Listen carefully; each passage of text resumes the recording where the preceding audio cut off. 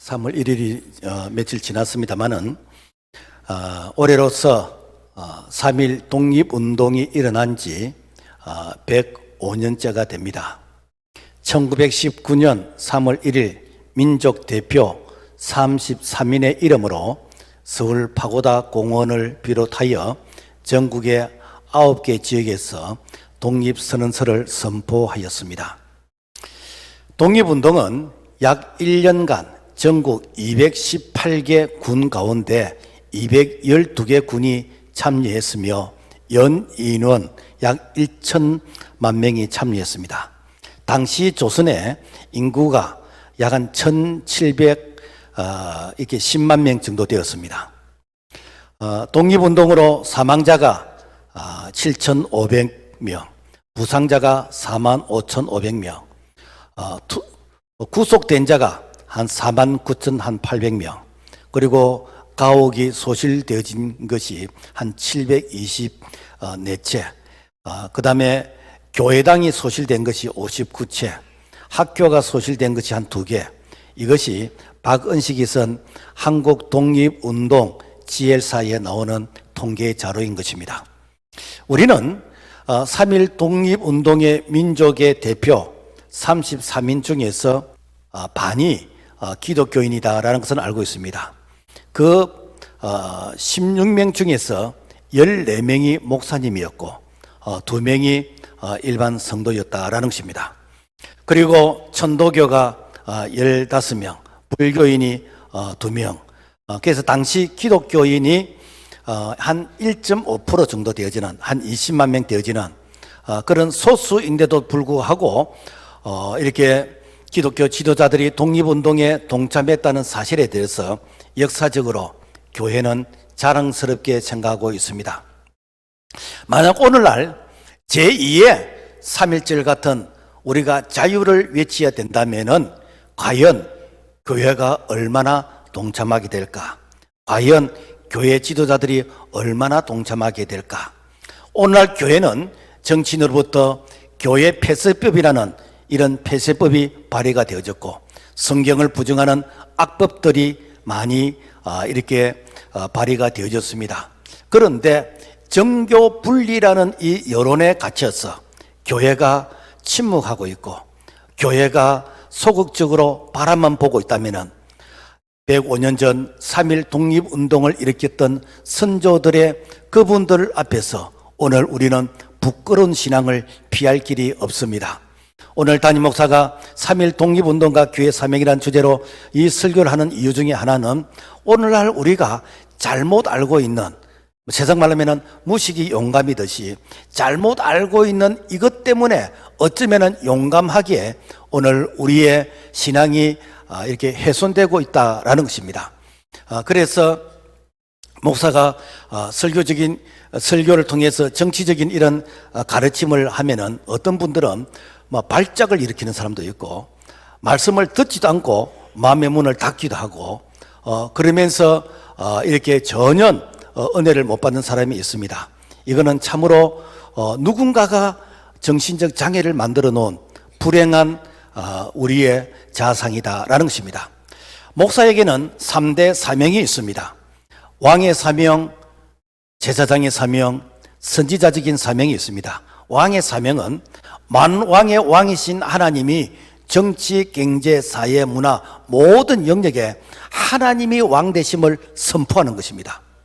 그리고 제사장의 사명은 하나님께 예배하며 영육간의 치유와 회복을 외치는 구원의 사명인 것입니다. 그리고 선지자적인 사명은 하나님의 말씀을 선포하여 이 땅에 하나님의 정의와 공의를 외치는 사명이 바로 선지자적인 사명입니다. 이 세 가지를 동일하게 강조해야 되는데 언제부턴가 일부 목사님들은 성도들의 눈치를 보면서 내가 이 말을 하면은 성도들이 오해를 받을까 싶어서 그래서 이것저것 다 빼고 그래서 제사장의 사명, 즉 구원과 이 치유에 대해서만 이렇게 설교를 하고 가르치지 왕의 사명이나 그리고 선지자적인 사명에 대해서는 소홀히 한 부분이 많이 있습니다. 그렇다면 과연 내가 알고 있는 이 정보와 지식, 이 학습이 바른 가르침이었는가? 아니면은 누군가로부터 내가 세뇌를 당해서 요즘 유행어로 가스라이팅 당한 그런 피해자는 아닌지 오늘 우리 자신을 돌아볼 수 있는 기회가 되기를 바랍니다. 그런 의미에서 3.1 독립운동가 교회 사명은 참으로 우리에게 많은 것을 시사해주고 교훈해주고 있습니다. 우리가 첫째 3.1 독립운동의 역사적인 배경을 한번 살펴보면은 1876년 2월 운양호 사건이 있었습니다. 당시 흥선 대원군이 세국 정책을 펼칠 때에 일본은 조선을 정탐하기 위해서 강화도에 군함을 파견하여 조선의 상륙을 시도하다가 조선 수비군과 전투를 벌이게 되어집니다. 이를 계기로 일본은 조선에 항의를 하면서 강화도 조약을 맺습니다.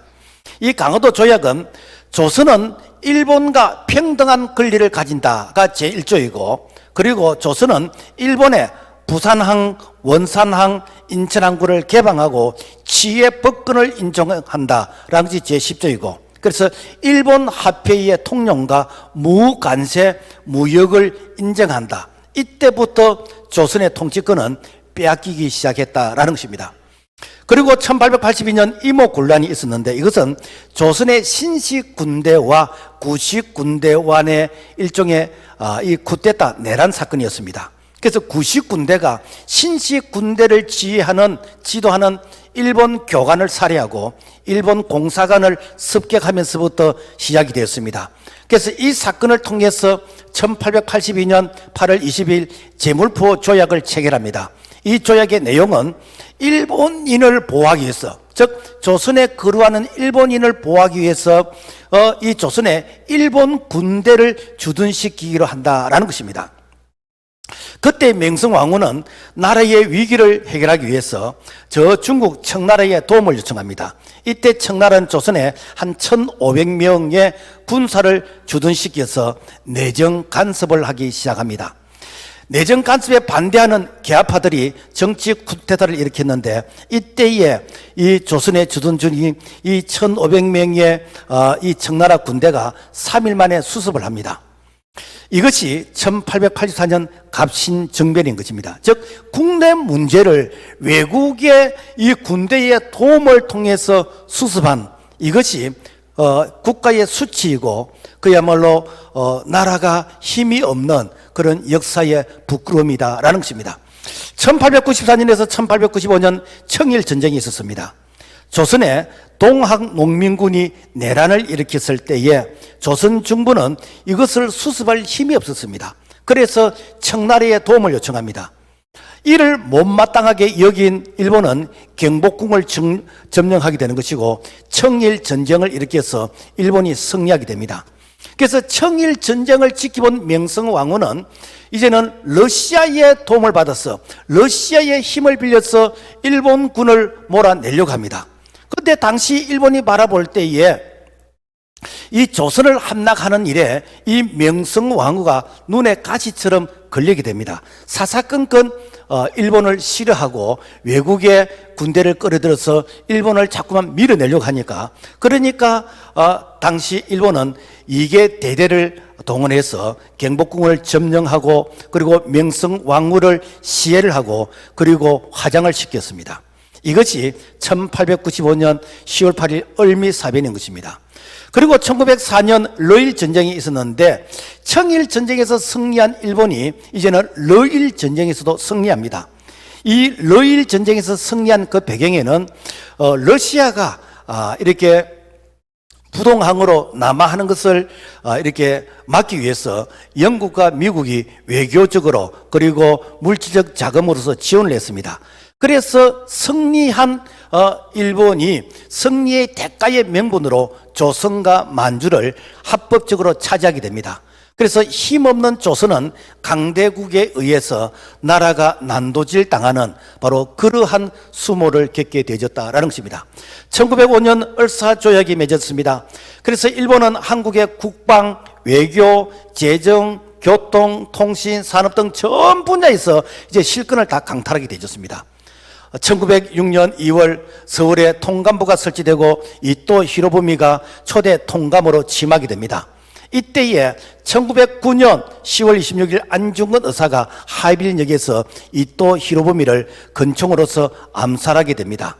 러시아 땅에서 일어난 사건인데 우리가 국제법에 의하면은 그 자국에서 일어난 사건은 자국에서 그 문제를 해결이 되는데 일본이 안중근 의사를 이렇게 체포해서 그래서 일본 경찰이 신문을 하고 고문을 해서 1910년 3월 26일 사형으로 순국을 당했습니다. 을사조약에 대한 이완용의 나쁜 평화론이 있습니다. 이완용은 고종 황제에게 상수하기를 강대국 일본과 전쟁하면 백성들이 죽어갈 것이고 나라는 초토화될 것인데 나쁜 평화가 전쟁보다 낫다는 을사조약의 정당성을 고종 황제에게 이렇게 설명을 했습니다. 최근에 모 야당 국회의원이 아무리 더러운 평화라도 이기는 전쟁보다는 낫다라는 말을 해서 국가 간을 의심하게 되졌습니다. 공산국가가 되든 어떤 국가가 되든 그냥 뭐 전쟁만 피하면 된다라는 위험한 국가가는 오늘 우리가 정말 3.1 독립운동을 일으켰던 선조들 앞에서 정말 우리가 부끄러운 그런 모습이다라는 것입니다. 그래서 3.1 운동과 6.25 전쟁과 이런 이 독립운동과 전쟁은 자유 대한민국을 지키기 위한 몸부림이었다는 것이요. 그래서 자유가 없으면은 여러분 교회도 없습니다. 신앙생활도 하지 못합니다. 여러분 일제시대 때 우리가 신앙의 자유를 누렸습니까? 여러분 저 북한 땅이 종교의 자유가 있습니까? 자유는 지키는 자만이 누릴 수 있는 그런 이렇게 자격이 있는 것입니다. 그러므로 말미암아 오늘 우리가 나라를 사랑하는 거 여러분 이것은요 오늘 우리 신앙을 지키는 것입니다. 어떤 분이 우리 교회 와서 태극기가 있으니까 자기는 시험이 들었대요. 여러분 태극기가 얼마나 자랑스럽습니까? 우리가 나라를 사랑하는 것이 얼마나 자랑스럽습니까? 언제부턴가 여러분이 태극기를 싫어하고 태극기 대신 다른 어떤 운동권의 그런 어떤 깃발을 내걸고 애국가 대신 다른 운동권의 노래를 부르는 것이 언제부터 이렇게 되었습니까? 오늘 우리는 나라를 사랑해야 됩니다. 대한민국을 사랑해야 됩니다. 그럴 때 신앙의 자유를 우리가 누릴 수 있다라는 것입니다. 1910년 8월 한일 합방이 이루어졌습니다. 우리는 나라를 빼앗겼고 자유를 빼앗겼습니다. 1392년 태조 이승계를 통해서 이제 왕조가 시작된 이후로 27대 이 순종을 끝으로 해서 518년에 이시왕조가 이제 마감 끝이 나게 되어졌습니다. 그래서 그때부터 이제는 조선의 이름이 일본 이름으로 창씨 개명을 하게 되었고 조선의 문화와 역사와 종교를 부정하고 일본의 문화를 배워야 되어지는 그래서 이제는 모든 이 문화가 일본식으로 이렇게 개조되는 그런 역사의 아픔을 겪게 되어졌습니다. 역사가들은 이완용이가 나라를 팔아먹었다고 이렇게 기술하고 있는데 이완용이가 아니더라도 누구라 할지라도 힘이 없는 나라는 빼앗기게 되었습니다. 이완용 아니라도 나라는 빼앗기게 되었습니다. 왜 그렇지요? 바로 지킬 수 없는 바로 그 국민은 바로 이 자유를 누리지를 못한다라는 것입니다. 성경은 교훈합니다. 베드로서 2장 19절 그들에게 자유를 준다 하여도 자신들은 멸망의 종들이니 누구든지 진 자는 이긴 자의 종이 됨이라. 우리는 하나님이 주신 이 자유를 지키기 위해서 우리가 죄악과 싸워야 되는 것이고 하나님의 말씀을 대적하는 이런 악법과 싸워야 되는 이것이 오늘 우리 그리스도인들의 사명이다라는 것입니다. 뿐만 아니라 우리가 후손들에게 가르쳐야 됩니다. 저희들이 이렇게 초등학교 다닐 때는 이 김인현 3.1절 이 노래도 불렀고 강복줄 노래도 부르는데 언제부턴가 이 노래를 안 부른다더라고요. 여러분요, 우리 민족이 8.15 해방된 이후에서는 교회에서 애국가를 불렀습니다. 그리고 교회에서 절기 때마다 나라를 사랑하는 이렇게 강연도 하고 주제 설교를 하면서 교인들에게 애국운동을 가르치고 그러면서 나라 사랑을 가르쳤는데 언제부턴가 이것이 사라져 버렸어요. 안 하는 것이 당연한 것처럼 되졌습니다. 여러분 김인현 3.1절 노래 아는 분 몇 명이나 됩니까? 제가 오늘 한번 혼자 부르기는 뭐하고 같이 한번 불러보자고요. 한번 띄워보세요.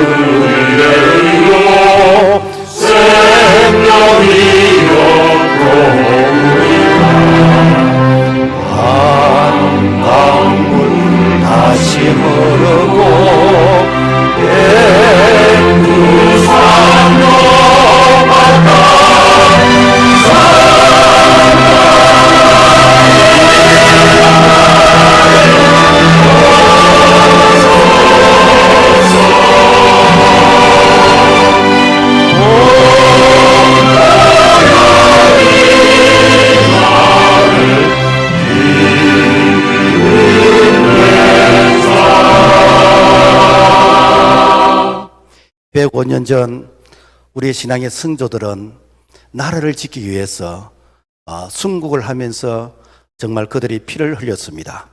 오늘 우리는 그들이 흘린 그 피에 참 어쩌면 아무 대가도 지불하지 않고 우리가 이 자유를 누리고 있는데, 그래서 우리가 다음 세대들에게 정말 나라 사랑을, 교회 사랑을 바르게 가르쳐야 될 그런 사명이 우리에게 있는 줄로 믿습니다.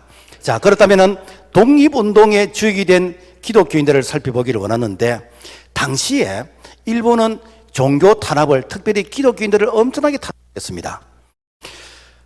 그 유명한 것이 105인 사건인데, 평안도, 항해도 등 서북 지역에서 신민회를 조직해서 꾸준히 독립운동을 했습니다. 그러니까 1919년 독립운동은 이게 큰 운동이었고, 그 전에 작은 독립운동이 지역마다 있었습니다. 일본은 독립운동가를 탄압하기 위해서 허위 날조한 사건을 만듭니다. 1910년 12월 압록강 철교 개통식에 참석하던 일본 데라우치 마시타케 이 총독을 기독교인들이 암살하려고 했다라는 유언비를 퍼뜨려 가지고 독립운동가들 대대적으로 체포를 하기 시작했습니다. 그때 당시 한 600명 정도가 체포가 되었는데, 그래서 모진 고문을 하고 허위 자백을 받아내면서, 그런데 그 중에서 105명을 징역 5년 내지 10년을 억지로 살게 했습니다. 자, 유죄 판결을 받았던 이 105인, 이것이 바로 105인 이게 사건이다라는 것입니다. 그래서 그분들이 이게 5년 내지 10년 동안 이 옥살이를 했는데, 그 중에 기독교인이 91명이었다는 것입니다. 이들이 3.1 독립운동의 중심 인물이 되어졌고, 한국교회 독립운동에 참여한 배경이 되어졌다는 것입니다. 말하자면 그리스도인들은 인권의 자유, 신앙의 자유, 이 자유를 보장받기 위해서 이 대한민국 이 독립을 그들이 외쳤다라는 것입니다. 당시에 인쇄소가 없던 시절, 요즘은 이제 뭐 인쇄소가 이렇게 참 많고 컴퓨터에서 이렇게 그 프린터를 출력하고 하면 됩니다만, 옛날에는 인쇄소가 없었어요. 제가 이게 70년대 학교 다닐 때 시험 치면은 이게 선생님들이 가래방에서 이 글로 써가지고 이걸 이제 밀면은 이제 인쇄돼 놓는 그런 시대였는데, 그래서 그 시대에 유일하게 교회가 그런 이 등사기에 그런 인쇄기가 있었어요. 그 교회는 이제 주보를 만들고 뭐 그런 걸 했기 때문에, 그래서 서울 성동교회에서 독립선언문을 이렇게 밤새도록 인쇄를 했습니다. 자, 그렇다면은 왜 3월 1일 날 독립운동을 할까? 아니 3월 2일 날 하면 안 되나? 3일 하면 안 되나? 이유가 있습니다. 3월 3일은 고종항제 바로 장례식이었어요. 그래서 3월 3일 이렇게 나라의 국부인 이 왕이 이 장례식에 이 독립운동을 한다는 이것은 예상 안 맞잖아요. 그럼 3일 2일 하면 안 되나? 3월 2일은 주일이었습니다. 그래서 당시 독립운동의 반 이상이 기독교인이기 때문에 우리가 주일은 거룩하게 지켜야 된다. 주일을 우리가 훼손하면 안 된다. 그래서 선택한 것이 3월 1일이었다라는 것입니다. 그래서 민족의 대표 33인 중에서 16명이 기독교인인데, 그 중에 14명이 바로 기독교 지도자 목사님들이었고, 2명이 이렇게 평신도였고, 그 당시 인구가 한 1700만이었는데, 그때 당시 기독교인은 한 20만 명, 인구의 한 1 내지 1.5% 정도 되졌다라는 것입니다. 그래서 그 당시 기독교인이 1 내지 1.5% 되지는 그런 소수인데도 불구하고 전국적으로 그야말로 이 역사의 흐름을 인도해 간 자는 누구신가? 기독교인이었다는 것입니다. 또 3.1 독립운동을 좀 더 각 분야에서 점화를 시킨 48명의 대표가 있는데, 그 48명의 대표 중에서 24명이 바로 기독교인이었습니다. 당시 김구는 집사였고 유광수는 감리교 교인이었습니다. 여러분, 무엇이 교회가 정치에 참여하겠습니까?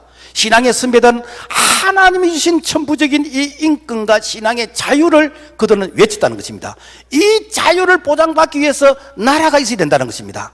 안타까운 것은 오늘날 정치인들이 교회를 폐쇄하겠다고 하는데, 예배를 통제하겠다고 하는데 하나님의 말씀은 부족한데도 불구하고 이것을 침묵하고 지켜보고 있다면 우리가 3.1 독립운동을 일으켰던 선조들 앞에서 오늘 우리는 부끄러운 신앙인 것이고, 어쩌면 오늘 우리의 신앙은 그야말로 모신주의에서 내 대해서 아무 일 안 일어나면 되지라고 하는 그런 지극히 안일한 그런 신앙생활이다라는 것입니다. 여러분, 교회는 하나님의 나라의 가치를 외쳐야 됩니다. 교회는 선지한 사명으로 끼어나야 되는 것입니다. 교회는 시대를 앞서가야 되는 것입니다. 이것이 바로 교회가 3.1 운동을 일으켰던 역사적인 교훈이다라는 것입니다. 자, 그렇다면 독립운동에 대한 그때 당시 이제 대책이 무엇일까? 그래서 이제 1919년 3.1 운동이 전국적으로 확산되면서 이 일제가 특별히 교회를 엄청나게 탄압을 했습니다. 경기도 화성 제암리 교회에 마을 사람들을 다 불러 모았어요. 그러니까 마을 사람들은 아무 영문도 모르고 교회를 다 모였어. 그런데 밖에서 교회 문을 못질을 하고 모든 창문을 다 못질을 하고, 그리고는 밖에서 불을 질렀습니다. 그래서 안에는 아기도 있었고 이렇게 노약자들이 있었는데 내 아기만큼은 살려달라고 이 창문을 깨고 아기를 밖으로 던지면은 밖에서 일본 순사들은 총으로서 난사를 해버렸습니다. 이렇게 해가지고 그야말로 한 마을 사람들이 이 제암리 이 교회에 전부 다 불에 타서 다 죽게 되어지고, 그래서 증거 참 이렇게 소멸이 될 뻔했는데 이 선교사님들에 의해서 이것이 전 세계에 알려지게 되어지는 바로 그런 사건이 바로 제암리 이 교회 사건이다라는 것입니다. 그래서 여러분, 교인들이 보니까 저 여수 양원도 다녀오고 그렇게 하던데, 여러분 꼭 그 교회 한번 가보세요. 가보면은 정말 역사의 흔적이, 오늘 우리가 누리는 이 신앙의 자유가 결코 이렇게 거저 주어진 것이 아니다라는 것을 우리가 많이 배우게 되어집니다. 그래서 독립운동가들이 우리가 이 독립운동은 이렇게 일회성으로 끝나서는 안 되겠다. 이제는 장기전으로 가야 되겠다. 그래서 실력을 키우자. 또 무력을 행사하자. 또 외교적으로 하자. 이러한 이제는 노력들이 주어졌는데, 그래서 실력을 키우자는 것이 바로 배제학당에서 선교사님들이 이제는 인재를 배출하게 되어집니다. 이때에 김소월, 주시경, 이승만, 나도양, 도산 안창호 훌륭한 인물들이 이때에 배출이 되어졌어요. 그리고 또 우리가 이제 좀 힘이 약하지만 무력으로서 우리가 독립을 쟁취하자. 그 당시의 독립군은 한 3,000명밖에 안 됐어. 그런데 그때 당시 일본은 700만 명이었습니다. 그리고 당시에 우리 조선의 이 군대는 이렇게 소총을 이렇게 간간히 가지고 있었고 거기가 죽창이었습니다. 그런데 일본은 대포가 있었고 비행기가 있었고 그 시대에 항공모함이 있었습니다. 그러니까 그야말로 일본과 대항한다는 것은, 이것은 그야말로 계란으로서 파이를 치는 것 같았습니다. 그럼에도 불구하고 1932년 1월 8일 이봉창이가 일본 천황에게 폭탄을 던져서 살인 미수에 그치게 되어졌고, 1932년 4월 29일 윤봉길 의사가 이 도시락에 폭탄을 넣어서 던져서 일본 군대장 시리카와 요시노리를 이렇게 죽였습니다. 그리고 김거순청을 중심으로 해서 상해 임시정부를 이렇게 세우게 되어졌습니다. 그리고 국제 외교를 통해서 또 이제 독립운동을 했는데, 이 정치학 박사 이승만을 중심으로 해서 이제는 이 정치 외교에 참여하게 되는데, 이 이승만은요, 이 미국이나 이 세계에서는 그야말로 역사의 신화적인 인물로서 평가하는데 우리나라만 이승만을 폄하합니다. 당시 이승만은 미국의 조지 워싱턴 대학, 프린스턴 대학, 하버드 대학, 지금도 그 대학이 유명한데 그 시대의 그 세계 대학을 아주 우수한 성적으로 이렇게 졸업을 하고 뿐만 아니라 이승만은 얼마나 영어가 이렇게 유창했는지, 그냥 그 스피킹하는 영어 수준이 아니고 상대방을 이렇게 설득시켜서 감화를 시키는, 그래서 이승만을 만나게 되면 사람들이 설득을 다 당해버려요. 이것이 우리나라 독립운동에 기여했다는 겁니까? 이것이 6.25 때에 그래서 이 미군이 이게 참전해서 자기들의 의도대로 하려고 했는데 이승만을 만나면 다 설득을 다 당해버려요. 그래서 이승만을 안 만나려고 할 정도까지 그만큼 이승만이가 정말 하술가, 그리고 이게 지략에 아주 탁월했다라는 것입니다. 그래서 1933년 2월 이승만이 제네바 국제 연맹 회의에 참석해서 일본의 침략이 잘못됐다는 것을 이렇게 알리게 되어졌고, 1943년 11월 카이로 선언, 미국과 영국과 중국이 참여한 그곳에서 이제 대한민국 독립에 대해서 이렇게 설명을 했는데, 그래서 그 카이로 선언에서 유독 대한민국만 이렇게 적당한 때에 독립을 시켜주자라는 그 문구가 그 속에 들어가 있습니다. 여러분, 그때 당시 대한민국은 조선이었는데, 그때 당시 조선은 세계에서 존재감이 없었습니다. 여러분, 세계에서 제일 가난한 나라, 약소국가, 여러분, 조선이라는 나라를 누가 알고 있었겠습니까? 그럼에도 불구하고 그 카이로 선언에 이 조선을 독립시키자라는 그 문구가 한 줄 들어가 있어요. 다른 나라는 안 들어갔습니다. 누가 그 일을 했냐는 거예요. 누가? 우리나라에서는 이승만 대통령을 사람들이 폐하는데, 여러분은 세계적인 인물입니다. 그분이 있었기 때문에 여러분 1945년 8월 15일 해방될 때 대한민국이 해방될 수 있는 일호였다 아닙니까? 1945년 8월 6일 히로시마 원자폭탄이 떨어지고 8월 9일 나가사키 원자폭탄이 떨어지고 일본이 무조건 항복하는데, 이를 통해서 1945년 8월 10월 대한민국 해방되는 거, 여러분 우리 실력으로 된 게 아니잖아요. 이렇게 강대국의 도움에서 되었잖아요. 그 강대국의 그들의 마음을 움직이게 한 자가 누구입니까? 우리는 역사의 이 건국 전쟁을 다시 한번 우리가 되새기면서 정말 우리 후손들에게 바른 역사와 그리고 이렇게 존경받아야 될 인물들이 존경하는 그런 우리의 참 이렇게 모습이 됐으면 좋겠다라는 것입니다. 자, 그래서 3.1 독립운동가, 그 다음에 소위 그 정교 분리는 어떤 의미가 있을까? 이 정교 분리에 대해서 참 많은 분들이 오해를 하고 있습니다. 이 정교 분리는 영국에서 종교 박해를 받던 청교도들이 신앙의 자유를 찾아서 메이플라워를 타고 그들이 대서양을 건너서 미국으로 이민을 갔습니다. 그래서 그들이 미국으로 이민 가서 그들이 우리는 다시는 교회가 탄압을 받지 말자, 다시는 우리가 기독교가 탄압을 받지 말자, 그래서 교회를 보호하는 법이 무엇인가? 이게 정교 분리법입니다. 그래서 미국을 건국한 제1대 이 존 F 케네디 대통령, 2대 제2 아담스 대통령, 3대 토마스 제퍼슨 이 대통령이 하나같이 그들이 고민한 것이, 우리는 지금 현재 이렇게 신들에게 와서 종교의 자유를 누리면서 너무너무 행복한데, 만약에 하나님을 모르는 지도자가 태어나서 그 지도자가 교회를 탄압하고 교회를 이렇게 폐시하는 그런 법안을 만든다든지, 이 교회를 그야말로 이렇게 핍박하는 그런 법을 만든다면은 어떻게 할 것인가? 그래서 교회를 보호하는 법을 만들었어요. 이것이 1743년에서 1826년 이 토마스 제퍼슨 이 대통령이 이제 이것을 법으로서 만들게 되어졌는데, 그래서 이 법의 목적 무엇인가? 교회가 정치를 하지 말라는 법이 아니라 바로 정부가 교회를 간섭하고 탄압하지 못하도록 교회를 보호하는 법이다라는 것입니다. 그래서 수정법 제1조 원문, 의회는 국교 수립에 관한 법률이나 종교 자유를 금지하는 어떤 법률도 제정할 수 없다. 그러니까 정부는 교회를 탄압하는 법을 절대로 앞으로 만들면 안 된다는 것입니다. 그래서 세상 정부는 교회를 탄압하는 법을 만들면 안 되고, 세금을 징수하면 안 되고, 그리고 교회 수장을 어떤 대통령의 이름으로서 이렇게 세운다든지 그런 일을 하면 안 된다. 한마디로 무엇인가? 교회를 이렇게 성역으로 보호하는 법이다라는 것입니다. 그런데 일본 정부는 조선 사람들이 자꾸 독립을 하니까, 독립운동을 하니까, 그것도 이렇게 교회가 자꾸만 독립운동에 이렇게 주역이 되니까, 그래서 교회를 딱 이렇게 틀 속에 가둬두기 위해서 정교 분리를 거꾸로 가르쳤습니다.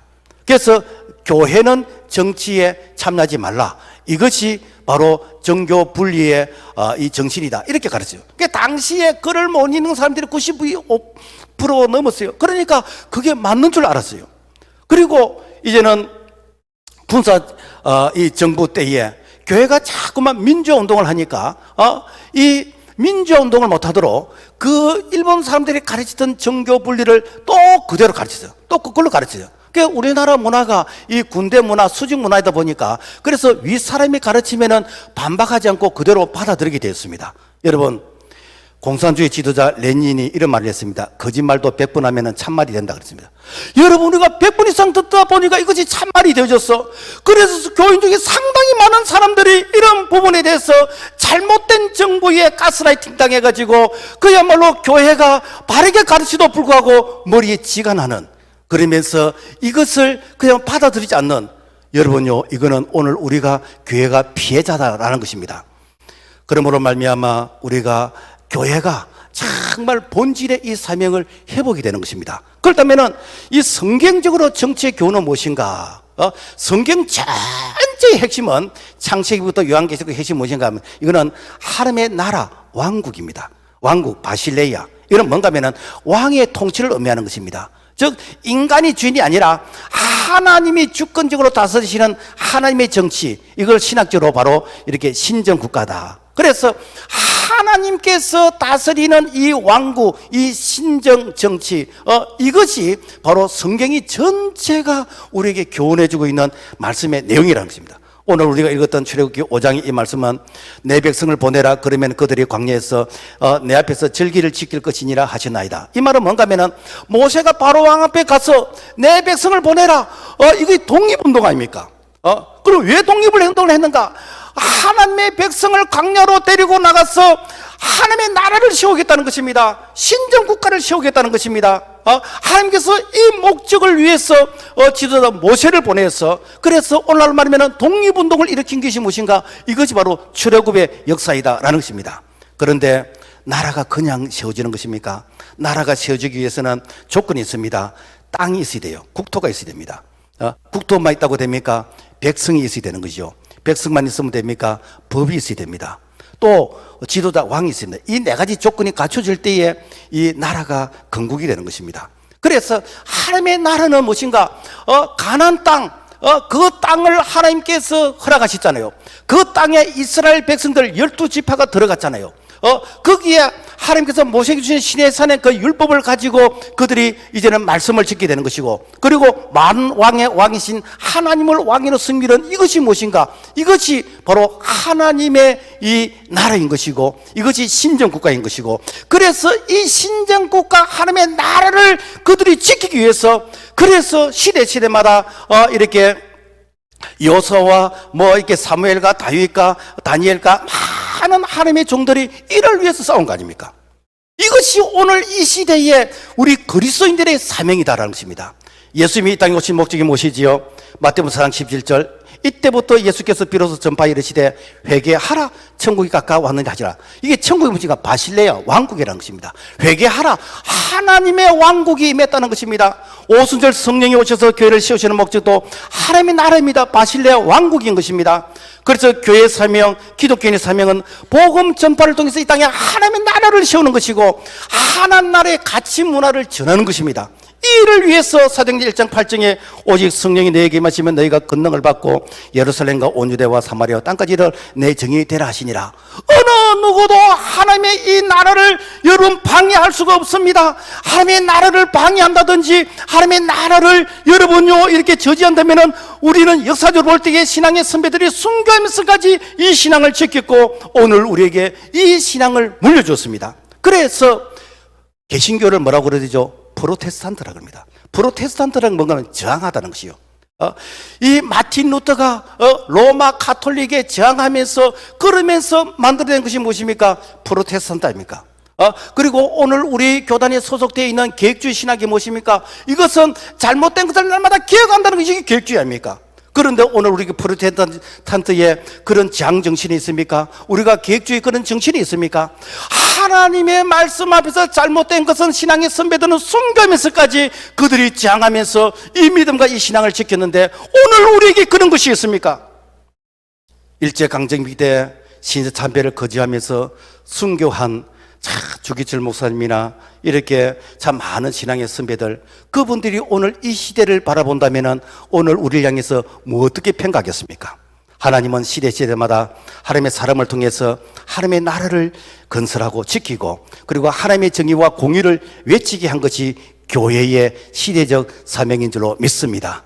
자, 그렇다면은 이 정교 분리라는 이것이 그러면 우리 신앙의 선배들은 어떻게 이해를 했는가?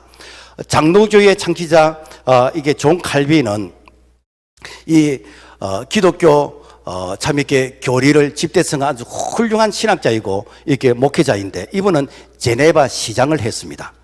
그리고 칼빈은 하나님께서 국가와 정부를 세우고 통치자를 세웠다. 그래서 통치자가 하나님의 말씀과 그 뜻에 어긋나지 않는 한 기독교인들은 정부에 순종해야 된다. 이것이 어거스틴과 칼빈이 주장한 두 왕로, 즉 정교 분리의 상호 협조입니다. 그러나 하나님의 뜻과 말씀에 어긋나는 명령을 내릴 기운은 인간보다 하나님께 복종해야 된다 라고 주장한 자가 바로 칼빈인 것입니다. 그래서 칼빈은 제네바시 의회의 고문으로 있으면서 하나님의 말씀을 국가의 법에 적용하도록 끊임없이 조언을 하면서 이 바로 성경의 가치가 이 국가의 법에 반영되도록 이렇게 조언을 한 자가 바로 칼빈이라는 것입니다. 그리고 계획주의 신학자 아브라함 카이퍼는 하란, 네덜란드에서 오랫동안 총리를 하면서 그래서 기독교의 문화가 이 정치와 모든 영역에서 이렇게 반영되도록 노력한 자가 바로 아브라함 카이퍼인 것입니다.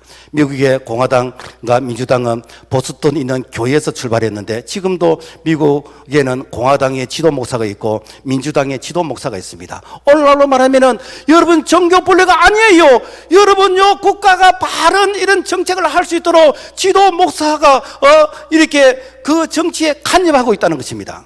그리고 미국 대통령 지금도 성경에 손을 얹고 양심적으로 이렇게 선서를 하면서 취임을 하고 있다는 것입니다. 세계에는 기독교 정체성을 가진 다양한 정당만 해도 이렇게 42개 나라에서 62개가 있습니다. 독일에는 기독교 민주연합이라는 이런 이 중도 우파로서 1945년 결성돼서 지금까지 그대로 있고 네덜란드도 기민연이 있고 스위스도 있고 그리고 스웨덴도 있고 그래서 많은 나라에서 이 기독교의 즉 성경적인 가치를 이게 정치에 반영할 수 있는 그런 대변자 역할을 해주는 그런 지도자 그런 정당이 이렇게 기독교 선진 국가에서는 이미 행해지고 있다라는 것입니다. 그렇다면 우리 한국교회 정교 분리의 이 오해가 무엇일까? 이승만 대통령이 1945년 10월 16일 귀국을 했는데 이 국민들이 정교 분리를 잘못 알고 있더라는 것입니다.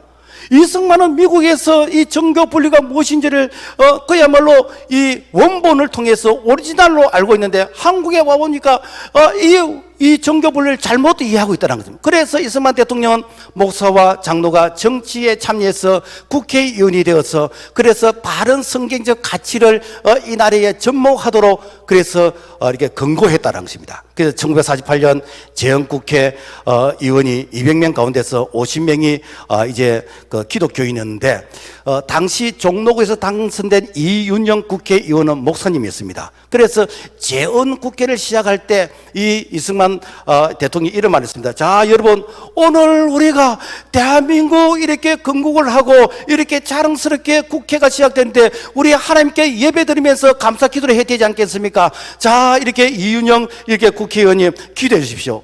인터넷에 들어가면 이 기도문인데 정말 기도문이 좋습니다. 어쩌면은 적석에서 그렇게 기도했는데 그렇게 정말 우리를 감동시키는 그런 기도문이 나왔는지 사진에 짜고 한 것이 아니었어요. 우리 신앙의 선배들은 그렇게 했다는 것입니다. 그리고 이승만 이 대통령은 가는 곳마다 목사와 교회를 세웠습니다. 군대에 군목을 세우고 교회를 세우고 경찰서에 경목을 세우고 경찰서에 교회를 세우고 병원에 원목을 세우고 교회를 세우고 학교에 가면은 교목을 세우고 교회를 세우고 다 이승만의 작품입니다. 오늘 수많은 국민과 기독교인들이 정교 분리의 원칙을 잘못 이해하고 있습니다. 헌법 제10조 제1항 모든 국민은 종교의 자유를 가진다. 2항 국교는 인정되지 아니하며 종교와 정치는 분리된다고 명시했는데 여기서 종교와 정치 분리된다 이 말 속에는 이 공중파 이렇게 이 방송사들이 정교 분리의 원칙을 교회는 정치에 참여하지 말라고 이렇게 국민들을 세뇌를 시켜놨습니다. 이 세뇌를 당하다 보니까 많은 이런 백성들이 이렇게 교회는 정치에 대해서 침묵해야 된다. 그래서 이 교회가 예배를 폐쇄를 당하고 이렇게도 침묵해야 된다고 그 침묵의 틀에 갇혀서 그 침묵의 우물 안에 갇혀서 꼼짝도 못한 것이 부끄러운 우리의 코로나 시대의 교회의 자상이 아니었습니까? 그것뿐만 아니라 기독교 중에서도 진보 성향의 기독교 단체가 있습니다. 그리고 천주교 정의구회 사회 사제단하고 이들은 사상과 이념에 편향적인 그런 정치를 했어요. 그러니까 정말로 정치를 해야 될 것을 하지 않고 그들의 이념의 정치를 했어. 그래서 예를 들어서 북한의 인권이라든지 독재라든지 핵무기라든지 그다음에 탈북 난민이라든지 정치범 수용소 이런 사람들을 구출하기 위한 이러한 부분에 대해서는 활동하지 않고 우리 한국의 보안법을 철폐해야 된다, 미군을 철수한다, 정권을 타도해야 된다 이런 부분에 외치는 것이요. 그러니까 정말 하나님의 정의를 외치지 않고 어떤 편향된 이데올로기에 그런 이념의 사상에 젖어 있는 이런 고를 외치다 보니까 보수 성향의 건전한 교회들이 교회는 정치하면 안 된다. 교회는 절대로 정치는 세속적인 것이고 세속화된 그런 사람들이 하는 것이기 때문에 교회는 정치하면 안 된다 라고 하면서 그야말로 피의식 가운데서 반작용으로서 정교 분류를 외친 것이 이것이 마치 교과서처럼 되어버리죠. 그러니까 가끔 들으면은 우리 목사님이 그런데 이게 교회는 정치에 참여하면 안 된다 그러더라. 왜 그런가? 가스라이팅 당했습니다. 사실은 아닌데 너무 부작용이 많다 보니까 그 부작용 때문에 우리가 그런 말이 있잖아요. 뭐가 무슨 이게 장을 못 담그는 이것이 오늘 한국 교회의 그런 현주소이다라는 것입니다. 그렇다면 왜 교회가 정당 정치에 참여해야 됩니까? 교회는 비성경적인 법안을 대변해 줄 교회의 입장을 대변해 줄 그런 지도자와 그런 정당을 찾아야 됩니다. 교회를 대적하는 그래서 교회 안에 이렇게 공산주의 사상이 들어온다든지 비성경적인 그런 어떤 동성애법이나 낙태 합법법이나 이런 종교차별 나쁜 건지법, 반기독교 악법, 그리고 이 우리나라가 OECD 국가 중에서 자살률이 1위고 교통사고가 1위인 것이고 이혼율이 2위인 것이고 청소년 흡연율이 2위인 것이고 영업소 종사자들이 200만 명이고 양주 소비량이 1위인 것이고 음란 인터넷이 1위인 것이고 저출산이 1위고 무속인이 70만 명이고 그야말로 직업 없이 놀고 먹는 사람들이 80만 명이고 이러한 부분에 대해서 누가 이 부분에 대해서 여러분요 대변을 하고 어느 정당이 이런 부분에 대해서 이렇게 대신 법안을 만들어서 개선하려고 하는 그런 정당이 어디 있습니까? 20대 국회의원 299명 중에서 88명이 기독교인입니다. 그런데 기도위원들 중에서는 장로님도 계시고 집사님도 계시는데 어느 누구도 이런 부분에 대해서 발벗고 나서 대변한 자가 없습니다. 왜? 일단 정당에 들어가면요 그 정당에 같은 목소리를 내야 되지 내가 소신껏 발휘하면 그 다음에 공천권을 안 주거든요. 그러니까 들어가기만 하면 어떻게 되는가? 그야말로 내가 그 정당에 이전 앵무새 같은 이제 이런 소리를 내야 되니까. 그러니까 여러분요 교회는 교회의 이 입장을 대변해 줄 자를 찾아야 됩니다. 그래서 누가 교회 입장을 대변해 줄 것인가? 어떤 분들은 목사님은 우파다 무슨 파다라고 하는데 저는 절대 어느 쪽에 소속되어 있는 사람이 아닙니다. 그래서 특정 정당이나 특정 정치인이나 특정 지역을 저는 거절합니다. 그러나 여러분요 누가 교회를 대변해 주겠습니까? 저는 오직 예수인 것입니다. 오직 복음인 것입니다. 오직 교회입니다. 그러나 이 교회를 대적하는 이런 가운데서 교회를 대변해 줄 가장 적합한 지도자, 가장 가까운 그런 정당이 있다면 저는 그분을 지지합니다. 왜 그런가? 바로 그분이 오늘 우리 교회를 대변해 줄 수 있는 창구이기 때문에. 그래서 저는 이렇게 여러분들이 실든 좋아하든 간에 그래도 교회를 대변해 줄 사람은 바로 저런 이렇게 당이다, 저런 지도자라고 한다면은 저는 개인적으로는 실든 교든 이렇게 교회 입장에서 그분들을 지지하고 그분들을 도와주고. 왜 그런가? 이것이 우리 교회가 의회 정치 가운데서 우리의 입장을 반영해 줄 수 있는 유일한 이렇게 창구이다라는 것입니다. 그래서 교회는 이 자유 대한민국으로서 우리가 신앙의 자유를 우리가 지키고 누리면서 그리고 이게 복음 한국을 통해서 하나님의 나라가 이 땅에서 건설되지는 이 바실레 왕국을 건설하는 이 일에 우리 모두가 깨어있어야 될 줄로 믿습니다. 그래서 3.1 독립운동은 기독교 정신을 가장 잘 살린 이런 자랑스러운 우리 신앙의 이 기독교인의 선조들의 그런 정신이었고 발자취였는데 언제부턴가 참 우리가 이런 신앙과 이 정신이 어디에서부터 단절되어 버리고 왜곡되어 버리고 그래서 마치 이렇게 나라를 사랑하면은 이것은 객게 묵은 자들인 것이고 그래서 애국가를 안 부르는 것이 깨있는 사람처럼 보이고 그러면서 이 대한민국 국기를 싫어하는 것이 마치 새로운 신시대 사람인 것처럼 누가 이렇게 우리를 갖다가 오염시켜 놨습니까? 다시 한번 우리가 나라를 사랑하면서 교회를 사랑하면서 이 땅에 하나님 나라가 건설되어진 이 일에 우리 모두가 쓰임받을 수 있기를 주님의 이름으로 부탁을 드립니다. 하나님 아버지 감사합니다.